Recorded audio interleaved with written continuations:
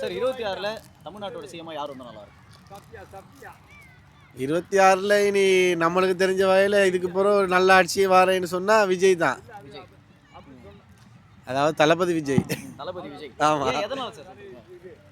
மாற்றம் உருவாகணும்னு சொல்கிறாங்க தானே. இப்போ நாம் இலங்கை நம்ம நாட்டில் அப்படி தான் மாற்றம் ஒன்று உருவாகி இப்போ புதிய ஆட்சி வந்திருக்கு.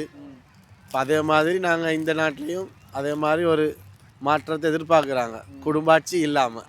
ஆனால் இலங்கை தமிழர்களை பொறுத்த வரைக்கும் சீமானுக்கு அதிகமான ஆதரவு கொடுப்பாங்க அப்படின்னு ஒரு இது இருக்குது. ஆமாம் ஆமாம், அது வந்து சொல்லுவாங்க இந்த சைடு வடக்கு ஜஃப்னா சைடு யாழ்ப்பாணம் அதில் வந்து தமிழ் மக்கள் அதிகமாக இருக்கிற ஏரியா தானே. நம்ம இயக்கத்தில் இருந்தார் நம்மட மறைஞ்சிட்டார் தானே, காலமானார் தானே, அந்த இதில் அப்படி வருவாங்க. நீங்கள் என்ன நினைக்கிறீங்க? ஆனால் சீமான் அது தலைவர்களை பற்றி என்ன நினைக்கிறீங்க?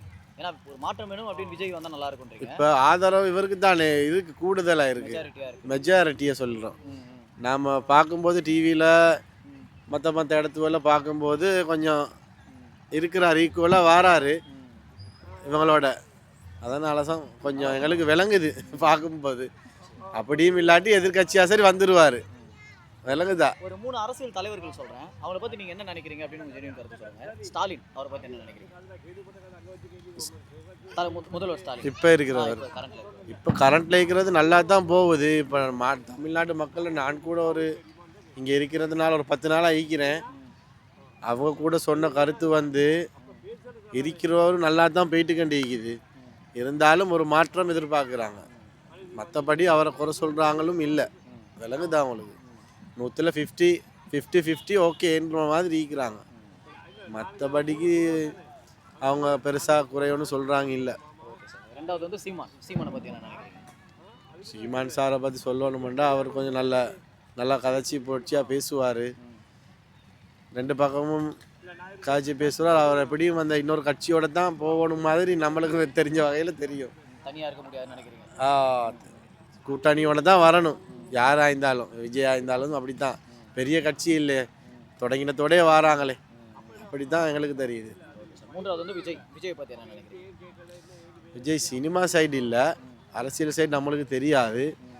எல்லாரும் சொல்கிறாங்க சான்ஸ் ஒன்று கொடுத்து பார்ப்போம், ஒரு இதொண்டு முதலாவது வாராங்க கொடுத்து பார்ப்போம்னு ஒரு எதிர்பார்ப்பு இருக்குது.